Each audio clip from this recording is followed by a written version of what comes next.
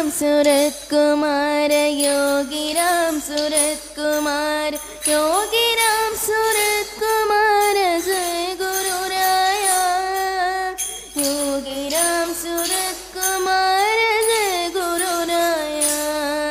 ஸ்ரீமத் பாகவத மகாபுராணத்தில் கலியுகத்தின் தர்மம் சொல்லப்படுகிறது. கலியுகத்தில் தர்மம் எப்படி எல்லாம் இருக்கும், எப்படி அது குன்றி போகும் என்பது போன்ற விளக்கம் சொல்லப்படுகிறது. ஸ்ரீ சுகர் கூறுகிறார், பரீட்சித் மன்னவா, காலம் என்பது மிக்க பலம் கொண்டது. கொடுமையான கலியுகம் நாளுக்கு நாள் பெருகும்போது, அதாவது இப்பொழுது நாம் வாழ்ந்து கொண்டிருக்கிற காலம் கலியுகம். கிருதயுகம், திரேதாயுகம், துவாபர யுகம், கலியுகம்.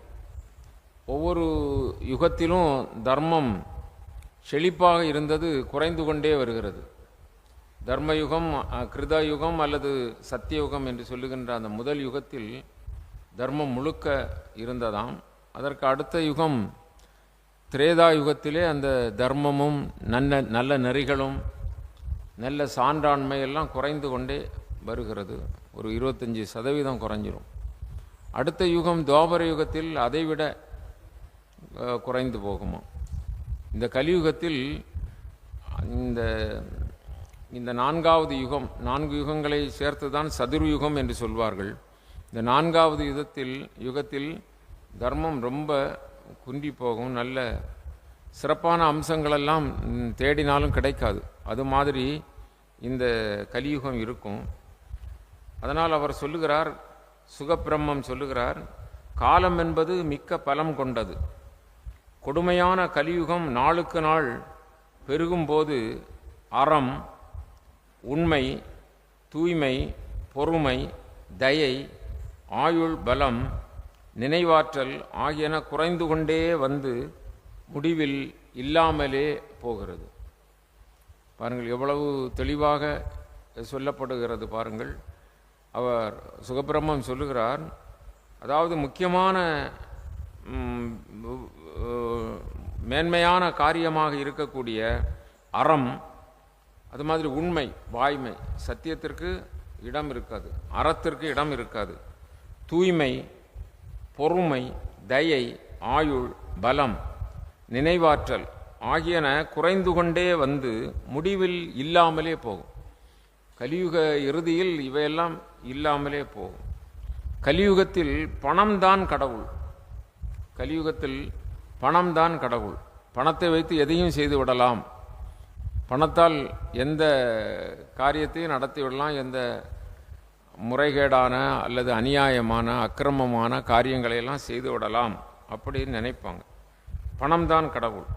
அதை வைத்துத்தான் ஒருவனுடைய நற்குல பிறவி, நன்னடத்தை, நற்குலம் ஆகியவை நிர்ணயிக்கப்படுகிறது. பணம் இருந்தால் எல்லா நற்குணமும் இருக்குன்னு அர்த்தம். என்ன அப்படி தானே இப்போ நினைக்கிறாங்க. பணம் இருந்தால் அதுக்கு பிறகு ஒன்றும் பார்க்கண்டாம். இங்கே ஒரு நாகர்கோவில் ஒரு 10 பங்களா இருக்குது, அது மாதிரி சென்னையில் ஒரு 7-8 பங்களா இருக்குது, அதுக்கு பிறகு பெரிய தொழில் வச்சுருக்கிறாங்க அப்படின்னா எதையுமே பார்க்க வேண்டாம். பணம் இருந்தால் எதையும் பார்க்க வேண்டாம். இப்போ நவீன காலத்தில், இப்போ இன்றைய காலகட்டத்தில் நடக்கிற விஷயம் இதுக்கு பொருத்தமாக இருக்குது. கவனிங்க, இந்த பணத்தை வைத்து தான் ஒருவனுடைய நற்குல பிறவி, நன்னடத்தை, நற்குணம் ஆகியவை நிர்ணயிக்கப்படுகின்றன. பணம் இருந்தால் அதுவே முன்கூறிய ஒழுக்கங்களுக்கும் அவற்றின் உயர்வுக்கும் காரணமாக கருதப்படும். பணம் இருந்தால் அப்போ எல்லாம் நல்லா இருக்கும், எதுவும் ஒன்றும் பிரச்சனை இல்லை அப்படி தான் நினைப்பாங்க, சொல்லுவாங்க. அவங்களுக்கு ஒரு மரியாதையும் ரொம்ப சிறப்பும் இருக்கும். பணபலம் ஒன்று மட்டும் இருந்தால் போதும், அவன் தர்மம், நீதியின் நிலை ஆகியவற்றை தனக்கு அனுகூலமாக ஆக்கி கொள்ள முடியும். பணம் இருந்தது என்று சொன்னால் அவன் தீய காரியம் செய்தாலும் அதை நல்ல காரியமாக மாற்றிவிட முடியும். அது மாதிரி நீதிநிலை தவறு இருந்தாலும் அதை நீதியின் பக்கம் ஆக்கி கொள்ள முடியும்.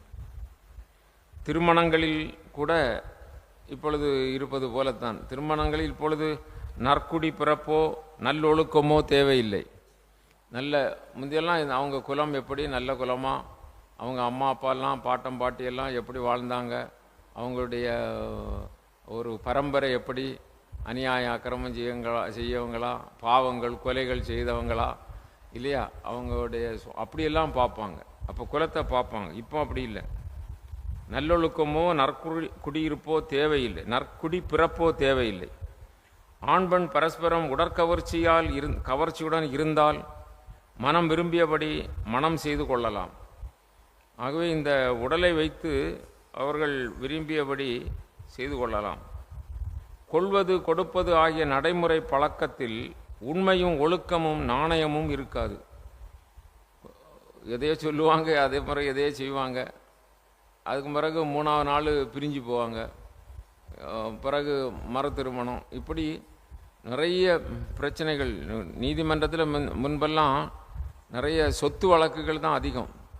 இப்போ இந்த பிரிவினை வழக்குகளே நிறைய வருது, நாளுக்கு நாள் அதிகமாக இருக்குது. அது எதனால் பாருங்கள்.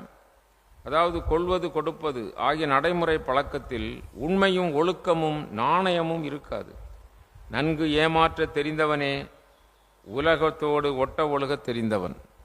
ஆண்பெண் இருபாலரின் உறவுக்கு காரணமாக ஒழுக்கமோ புலனடக்கமோ ஆகாது.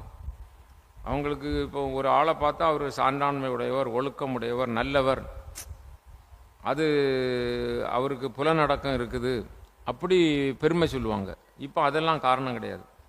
ஆண்பெண் இருபாலரின் உயர்வுக்கு காரணமாக ஒழுக்கமோ புலனடக்கமோ அளவுகோல் ஆகாது.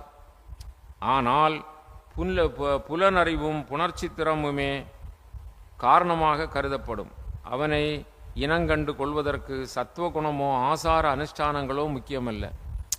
ஆட்களை கண்டுபிடிக்கிறதுக்கு முன்பெல்லாம் அவன் சத்துவகுணம் இருக்கிறதா, அவன் அநாகரிகமாக நடக்க மாட்டானா இல்லையா, தமோ குணமோ ரஜோகுணமோ இல்லாதவனாக இருக்கிறானா, அப்படி அதை அளவுகோலாக வைப்பாங்க. சத்துவகுணமோ ஆச்சார அனுஷ்டானம், அவனுக்கு நடைமுறை எப்படி, அவன் வேலை பார்க்குற இடத்துல எப்படி இருக்கிறான், அவன் ஸ்கூலில் காலேஜில் படிக்கும்போது எப்படி இருந்தான், அப்படியெல்லாம் அந்த ஆச்சார அனுஷ்டானம் எல்லாம் தெய்வீகமாக நடக்கிறானா, ஆச்சாரத்தோடு இருக்கிறானா, அதெல்லாம் பார்க்குறது.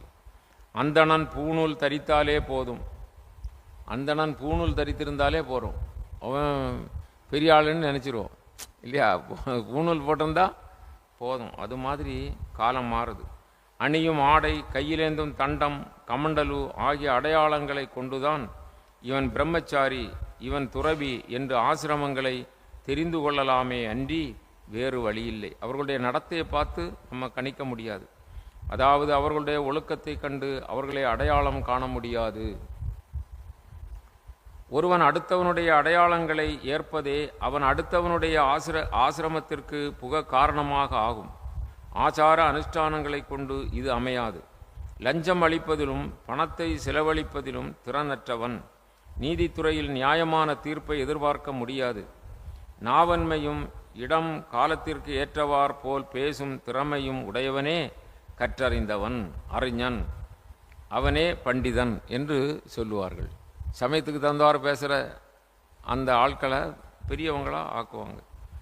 லஞ்சம் கொடுக்கறது, அந்த லஞ்சத்தை வாங்கிறது, அப்படி இருக்கிறவங்க நீதித்துறையில் நியாயமான தீர்ப்பை எதிர்பார்க்க முடியாது.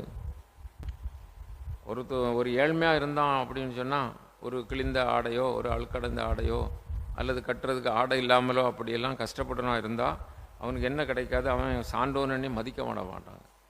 பணம் இல்லைன்னு சொன்னால் அவனை யாரும் மதிக்க மாட்டாங்க. அது மாதிரி குற்றவாளியாக கருதப்படுதல், அவங்கள தான் குற்றவாளியாக பண்ணுவாங்க. சான்றோன் மேலான குணமுடையவன், அவன் இழைத்த குற்றமும் நத்தவமாக கருதப்படும். அவன் குற்றம் செய்தாலும் அது பெரிய தவம், அவன் செய்ததில் பெரிய சாதனை அப்படின்னு சொல்லுவாங்க. எவ்வளவுக்கு அவ்வளவு பகட்டாக இருக்கிறானோ அவ்வளவுக்கு அவ்வளவு அவன் உயர்ந்தவன். நல்ல கையில் செயின், காலில் செயின், கழுத்தில் செயின், என்ன தலையில் செயின், இதெல்லாம் போட்டுக்கிட்டு என்ன அப்படி அது என்ன சுமக்க முடியாமல் கூட போடுறாங்க. சில ஆள் 15 பவுன் 20 பவுனை போட்டு எப்படி சுமப்பான்னு தெரிய மாட்டாங்க. அப்படி பெரிய கை வண்ணத்தில் வடம் போல் போட்டுட்டு சில சமீபத்தில் இங்கே ஆள்களை பார்க்கலாம், அப்படியும் வராங்க. எப்படி கிலோ கணக்கில் போகணும், அது எப்படி அவ்வளோ ஆபரணத்தை போட்டு சுமக்கிறாங்கன்னே தெரியாது. அப்படி இருந்தால் பார்த்த உடனே ஒரு பெரிய ஆள், எங்கேயோ உள்ள பெரிய நிலச்சுவார்ந்தார் அல்ல பெரிய அப்படின்னு எவ்வளோ கௌரவம் கொடுக்குறோம். அது களத்துலலாம் கிடக்குது, பெருசாக இருந்து கொஞ்சம் மின்னிக்கிட்டு இருந்தோன்னா நம்ம எல்லாம் ஒதுங்கிடுவோம், தன்னாலே ஒதுங்கிடுவோம். காரணம் அந்த பணத்துக்கு அவ்வளவு சிறப்பு. எவ்வளவுக்கு எவ்வளவு பகட்டாக இருக்கிறானோ அவ்வளவுக்கு அவ்வளவு அவன் உயர்ந்தவன். சான்றோன் திருமணங்களில் இரு வீட்டாரும் ஒத்துப்போவதே போதுமானது. திருமணங்களில் அவரும் பெரிய பணக்காரர் இவரும் பெரிய பணக்காரன்னு சொன்னால் அவ்வளோதான், வேறு ஒன்றும் எதுவுமே பார்க்க வேண்டியதில்லை. வேத நெறிகளோ சடங்குகளோ தேவையில்லை. வேத நெறிகளோ சடங்குகளோ என்ன, 1 கோடிக்கு ஸ்ரீதனம் கொடுப்பாங்க, 1 கோடிக்கு ஸ்ரீதனம் வாங்குவாங்க. ஆனால் அந்த திருமண முகூர்த்த மண்டபத்தில் ஒரு விளக்கு கூட ஏற்றி வைக்க மாட்டாங்க. அப்படித்தானா? ஒரு பிள்ளையார் முகம் வச்சு ஒரு சாமியை நினச்சி இந்த கல்யாணம்னா அது பார்க்க மாட்டான். கோடீஸ்வரனாக இருப்பான், என்ன பல கோடிக்கு கொடுப்பான், பல கோடிக்கு அங்கே அந்த திருமணத்தில் எல்லா காரியங்களும் நடக்கும். ஆனால் அப்படி இருந்தாலும் ஒரு விநாயகர் துதி பாடி ஒரு விநாயகரை நினச்சி கடவுள் நினச்சி ஒரு சின்ன பூஜை அதுக்கெல்லாம் நேரம் கிடையாது, அதுக்கெல்லாம் நேரம் கிடையாது. உடனே இல்லை, இப்போ நடைமுறையில் இருக்கிறது தான் சொல்கிறாங்க. அப்போது வேத நெறிகளோ சடங்குகளோ தேவையில்லை. சீவி முடித்து சிங்காரித்து கொள்வதே ஸ்நானம், நன்னீரால் புறத்தூய்மை தேவையில்லை. இல்லை காட்டுது பாருங்க, இங்கே பாருங்கள். அப்போ கூந்தலையும் சிகையையும் வளர்த்து அலங்கரிப்பதே உயரிய அழகு. எவ்வகையிலாவது வயிறு வளர்ப்பதே வாழ்க்கையின் பெரும்பேறு. எவ்வளவுக்கெவ்வளவு கவடாக பேச முடியுமோ, வஞ்சகமா கவடா உள்ளொன்று வச்சு புறம் ஒன்று பேசுது, மனதில் இருக்கிறத வெளியே சொல்ல மாட்டாங்க, ஆனால் வஞ்சகமாக வச்சுக்கிடுவாங்க. உள்ளொன்று வைத்து புறம்பொன்று பேசுவார், உறவு கலவாமை வேண்டும்.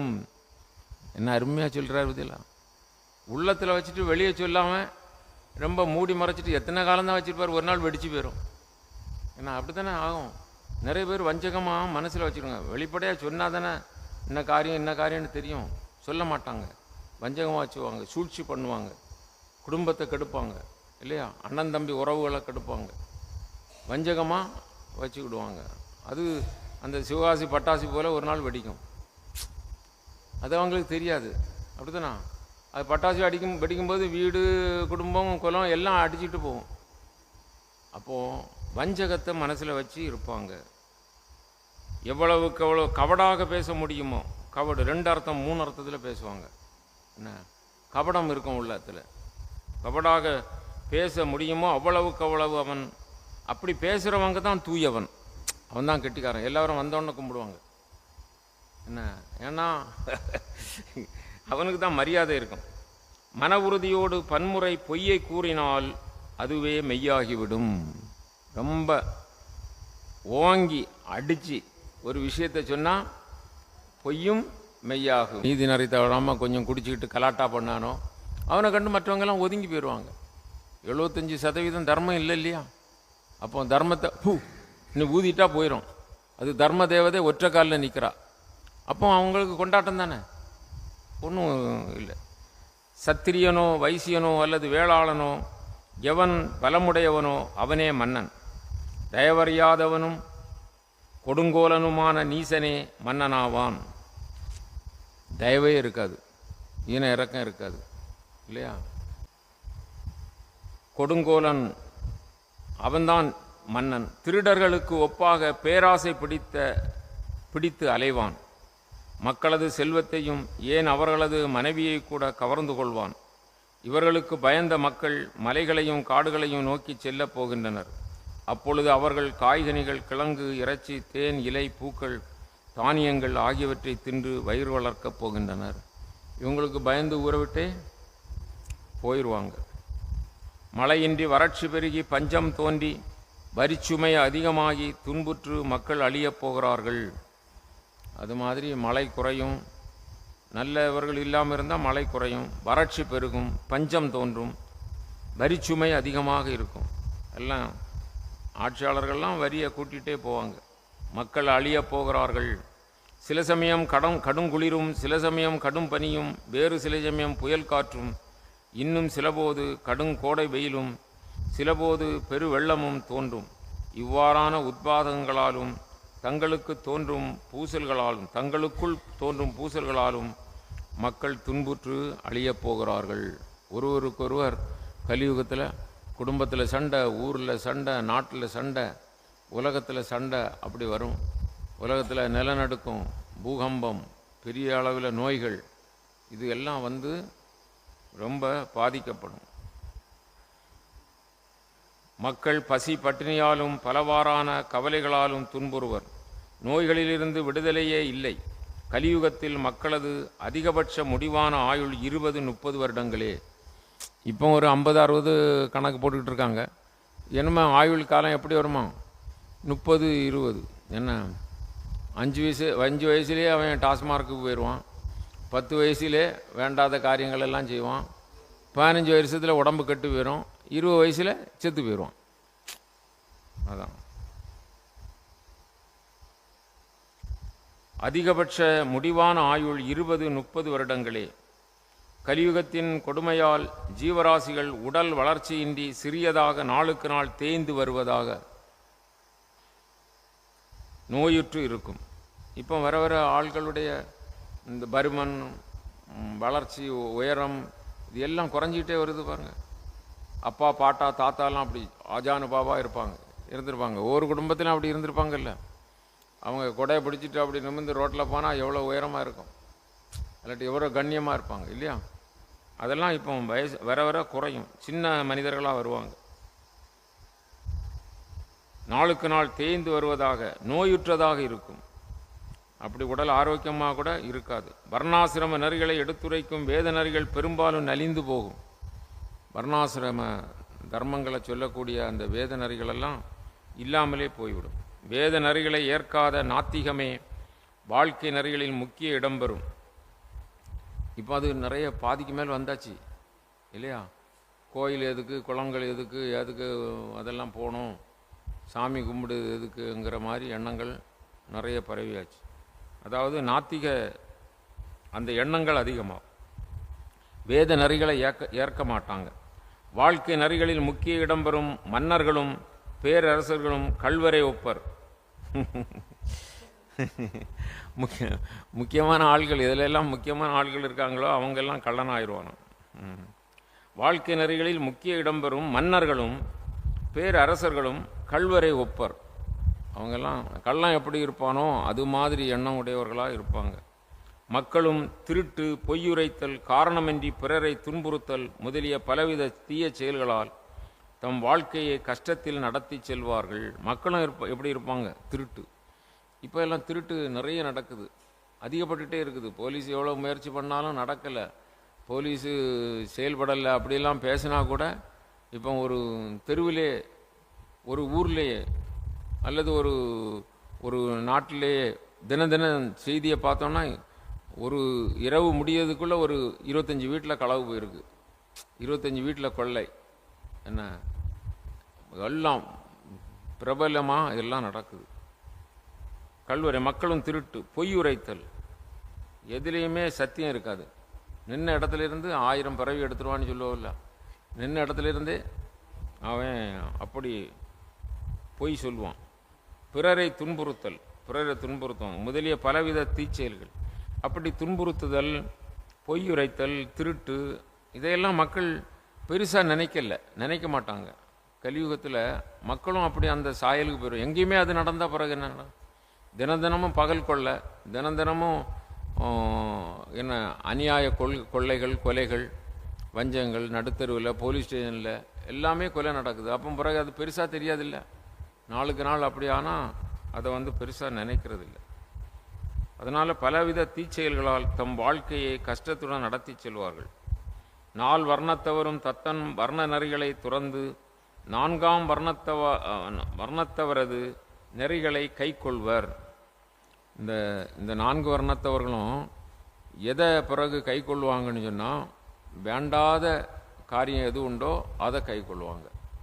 கீழ்மக்கள் கை கொள்ளக்கூடிய அதுதான் ருசிகரமாக இருக்கும், அதுதான் இவங்களுக்கு வேண்டியதாக வந்துடும், அதுதான் எல்லாருக்கும் பிடிக்கும். வேண்டாத கீழ்மக்கள் செய்யக்கூடிய காரியம்தான் இவங்களுக்கு பிடிக்கும். இப்போ கள் உண்ணாமை அப்படின்னு சொன்னால் கீழ்மக்கள் கள் உண்ணுவாங்க இல்லையா? அது மேன்மக்களுக்கும் பிடிக்கும், அதுக்கே போயிடுவோம், நல்லா இருக்குது, அதுதான் ரொம்ப சந்தோஷமாக இருக்குது. இப்போ நிறைய ஊர்களில் புது கோயில்களில் புதுசாக கோயில்களெல்லாம் ஆடு மாடு வெட்டுறதுக்கெல்லாம் பழகிட்டே வராங்க. என்னென்னா கீழ் மக்கள் செய்கிறதுல இவங்களுக்கு நாட்டம் வருது, விருப்பம் வருது. இல்லாத இடத்துலையும் அதை கொண்டு வராங்க. அது மாதிரி கை கொள்வர். பசுக்கள் ஆடுகளைப் போல் சிறிய உருவுடையவையாகளாகவும் சிறிதே பல பால் சுரப்பனதாகவும் இருக்கும். துறவு மனப்பான்மை கொண்ட வானப்பிரஸ்தர்கள் மற்றும் துறவிகளும் கூட வீடு வாசல் மனைவி மக்கள் உற்றார் சுற்றார்கள் என சேர்த்து கொண்டு இல்லற வாழ்வு வாழப்போகிறார்கள். துறவிகளும் என்ன வானப்பிரஸ்தர்களும் கூட இல்லற வாழ்வு வாழ்வாங்க, கீழ்நிலைக்கு வருவாங்க. அதாவது இல்லறத்திலிருந்து வானப்பிரஸ்தம் சன்னியாசம் மேலே போனோம், இவங்க மேலே இருந்து என்ன செய்கிறாங்க, கீழே வருவாங்க.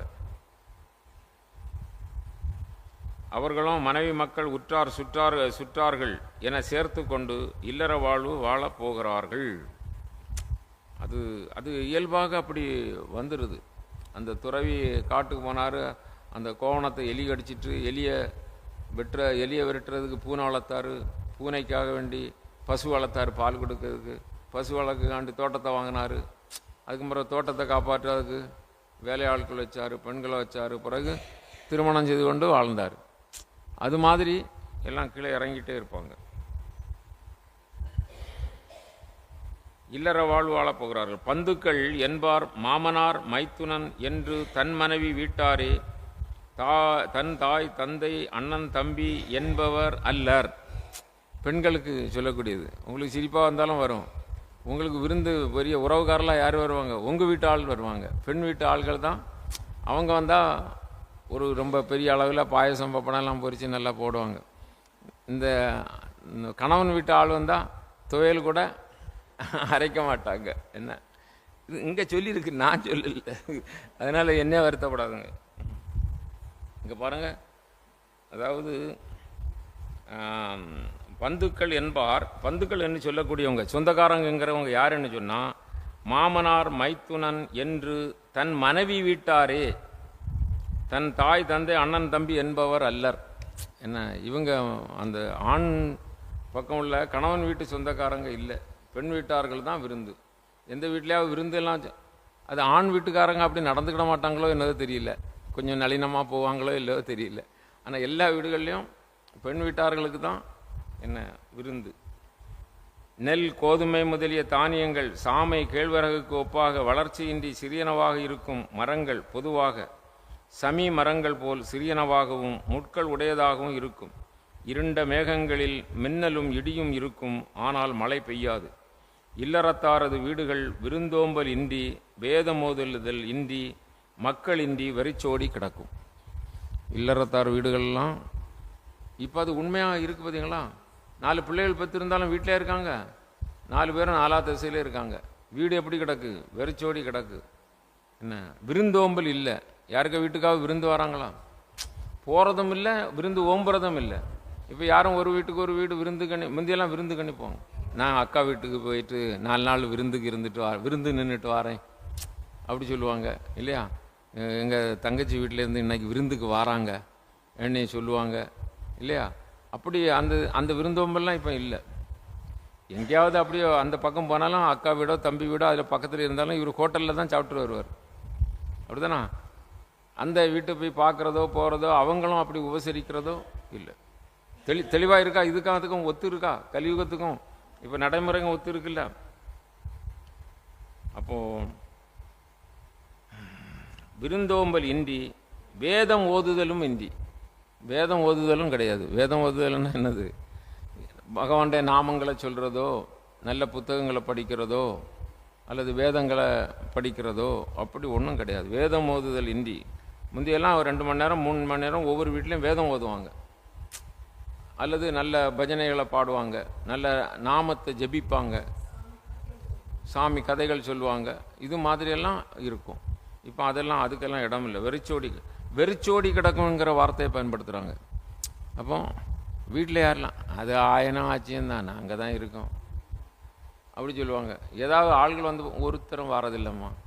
வேலைக்கால் முந்தியெல்லாம் கொஞ்சம் ஒரு ஏழ்மையான குடும்பமாக இருந்தால் அவங்க வந்து அடுத்த வீட்டில் உபகாரம் பண்ணுவாங்க, இவங்க வேண்டிய செல்வத்தை அவங்களுக்கு கொடுப்பாங்க, இப்படிலாம் இருக்குது. இப்போ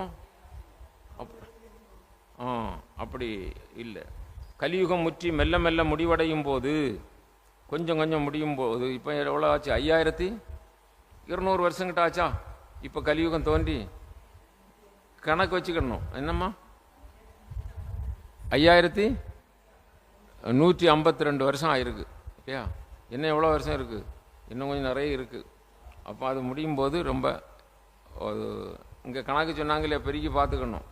என்ன 21100 20 கொண்டு போயிருக்குன்னா வந்துடும் கலியுகத்தினுடைய வயசு. அப்போ அந்த கலியுகம் முற்றி மெல்ல மெல்ல முடிவடையும் போது மனிதர்களது இயல்பு கழுதைகளுக்கு ஒப்பாய் பொறுக்க முடியாததாகும். கழுதை போல ஆயிருமா மனுஷன்? மனிதர்களது இயல்புனா தன்மை கழுதைகளுக்கு ஒப்பாக பொறுக்க முடியாதது ஆகும். கழுதைக்கு அது அழுக்கு துணி சுமக்குதா, துவைச்ச துணி சுமக்குதா, தனக்கு முன்னுக்கு மாணிக்கம் கிடக்கா, எதுன்னு தெரியாது இல்லையா? அது மாதிரி மனிதன் ஆகிவிடுவானாம். மக்கள் குடும்பத்தையே தாங்குபவர்களாகவும் புலனின்பம் நுகர்பவர்களாகவும் ஆவர். இவ்வாறு கலியின் கொடுமைகள் விஞ்சி நிற்கும் போது அறநெறிகளை காத்தருள பகவான் சத்துவ குணத்தை ஏற்று திருவவதாரம் செய்ய போகிறார். அதனால் மக்கள் ரொம்ப கஷ்டப்படுகிற அந்த காலத்தில் பகவான் சத்துவ குணத்தை ஏற்று திருவவதாரம் செய்ய போகிறார். பகவான் ஸ்ரீமன் நாராயணன் அண்ட சராசரங்களை படைத்து காப்பவர். அவரே அனைத்திற்கும் ஒப்பற்ற தலைவர். காரணபூதரும் அவரே, ஆன்மாவும் அவரே.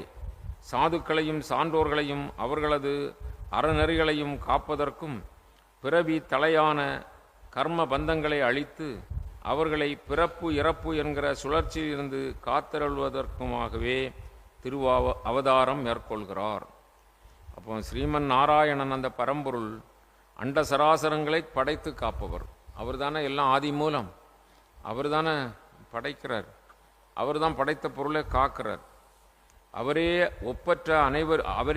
அனைவருக்கும் ஒப்பற்ற தலைவர். காரணபூதரும் அவரே, ஆன்மாவும் அவரே. எல்லா உயிருக்கும் உயிராய் தலைத்து நிற்பவரும் அவர் தான். எல்லா உயிர்களையும் இயக்குபவரும் அவர் தான். எல்லா உயிர்களின் உள்ளங்களிலும் ஆன்ம சொரூபமாய் இருப்பவரும் அவர்தான். அவர்தான் இந்த கலியுக நிறைவில் பிறவி தலைகளை கர்ம பந்தங்களை அழித்து பிறப்பு இறப்பு என்கிற சுழற்சியிலிருந்து காத்தருள்வதற்காக திருவவதாரம் செய்கிறார். இந்த பிறப்பு இறப்பு என்று சொல்லுகின்ற சுழற்சியிலே, அந்த காலச்சக்கரத்திலே நாம் எல்லாம் என்ன செய்து கொண்டிருக்கிறோம்? சுழன்று கொண்டிருக்கிறோம். அந்த ராட்டு ஆடமில்ல, பெரிய ராட்டு, பெரிய திருவிழா கோயில்களெல்லாம் போடுவாங்கல்ல ராட்டு, அதனுடைய சக்கரம் எப்படி மேலங்கிலும் போயிட்டு வருதோ அது மாதிரி பிறவி சூழலில் இருக்கிற நம்மளை காப்பாற்றுறதுக்கு அவர் வருவார். அவ்வாறு தர்மத்திற்கு நலிவு தோன்றும் காலத்தில் சம்பளம் என்கிற கிராமத்தில் பெருமனம் படைத்த இறைய அன்பு கொண்ட விஷ்ணு எஸ்எஸ் என்கிற அந்தணரது வீட்டில் கல்கி பகவான் அவதாரம் செய்ய போகிறார். கல்கியினுடைய அவதாரம் வரும். நேரம் வரும்போது சொல்லுங்கள். கல்கியினுடைய அவதாரம் செய்ய போகிறார். அப்போது ரொம்ப சிறப்பாக இந்த அவதாரம் வரப்போகிறது. அவர் அனிமா கரிமா முதலிய எண்வகை சித்திகளும் சத்திய சங்கல்பம் முதலிய குணங்களும் நிறைந்தவர். அவரது காந்தியோ ஒப்புயர்வற்றது. அனைத்து ஜீவராசிகளுக்கும் இவர்தான் காப்பாளரும் தலைவரும். அந்த கல்கி பகவான் மிக வேகமாக செல்லும் தேவ தத்தம் என்னும் குதிரை மேலேறி தன் கத்தியால் தீயோர்களை வெட்டி இந்நிலவுலகை சீர் செய்ய போகிறார். வேகமாக செல்லும் தன் குதிரை மேல் ஆரோகணித்து கொண்டு பூமியெங்கும் சுற்றித் திரிந்து அரசரது வேடம் பூண்டு தீயவை புரியும் கோடிக்கணக்கான திருடர்களை வதைக்கப் போகிறார். அவ்வாறு தீயவர்கள் அனைவரும் அழிந்த பிறகு நகரம் மற்றும் தேசத்தில் வாழும் மக்கள் அனைவரது மனமும் தூய்மையாகும். ஏனெனில் கல்கி பகவானது திருமேனியில் பூசப்பட்டுள்ள நறுமண சந்தனத்தை தொட்டு வரும் காற்று தூய்மை பெற்று மக்களை தீண்டுகிறது. ஆகவே மக்கள் அனைவரும் பகவானது திருமேனியின் நறுமணத்தை பெற முடிகிறது. அவ்வாறு மக்களது இதயம் தூய்மை பெற்றதும் சத்துவகுணமே வடிவெடுத்த பகவான் வாசுதேவன் அங்கு வந்து தங்குவார். அதனால் அவர்களது படைப்பு முன்போல் செழுமையும் வலிமையும் கொண்டதாக விளங்கும். அப்போது அந்த கல்கி பகவான் அவதாரத்தில் தீயவர்கள் அழித்து நல்லவர்கள் வாழவும், அவருடைய அந்த அந்த உடல் சாந்தியினால், அந்த அந்த தேஜஸ்னால், அவருடைய உடலில் இருந்து வருகின்ற நறுமணம் கமழுகின்ற அந்த மனத்தினால எல்லா உயிர்களும் தீய நிலைகளிலிருந்து மாறி நல்ல நன்மை பெற்று அவர்கள் உள்ளமும் தூய்மை பெறும். அப்படி உள்ளம் தூய்மை பெற்றால் சத்துவகுணமே வடிவெடுத்த பகவான் வாசுதேவன் அங்கு வந்து தங்குவார். உள்ளம் தூய்மையானால் பகவான் வாசுதேவர் நம் உள்ளத்திலே விளங்கி தோன்றுவார். ஆகவே அவர்களெல்லாம் மீண்டும் நல்ல செழுமையும் வலிமையும் கொண்ட சத்திய லோக அந்த கிருதய யுகத்துக்கு தயாராவார்கள். எல்லோரும் அந்த நிலையை பெற வேண்டும். எல்லோரும் இன்புற்றி இருப்பதுவே அல்லாமல் வேறொன்றும் அறியேன் பராபரமே என்றார் தாயுமானவர். எல்லோரும் இன்புற்று அந்த மேலான தெய்வீகத்தன்மை பெற்று இறையோடு சாயுஜ்யம் அடைவதைத்தான் பகவான் விரும்புகிறார். அந்த காரியம் நடப்பதற்கு இந்த கலியுக கஷ்டங்கள் மாறி அந்த தர்மயுகம் மலர வேண்டும். ஐயா வைகுண்டரும் அதை சொல்லியிருக்கிறார். தர்மயுகம் மலரும், அதில் நீங்கள் நல்ல சத்தியவான்களாக இருப்பீர்கள் அப்படி சொல்லியிருக்கிறாங்க. அதனால் அது மாதிரி எல்லோருக்கும் எல்லா நலமும் கிடைக்கட்டும். சத்குருநாத மகாராஜ்கி. ஹரே ராம ராம ராம ஹரே ஹரே, ஹரே கிருஷ்ண கிருஷ்ண கிருஷ்ண ஹரே ஹரே.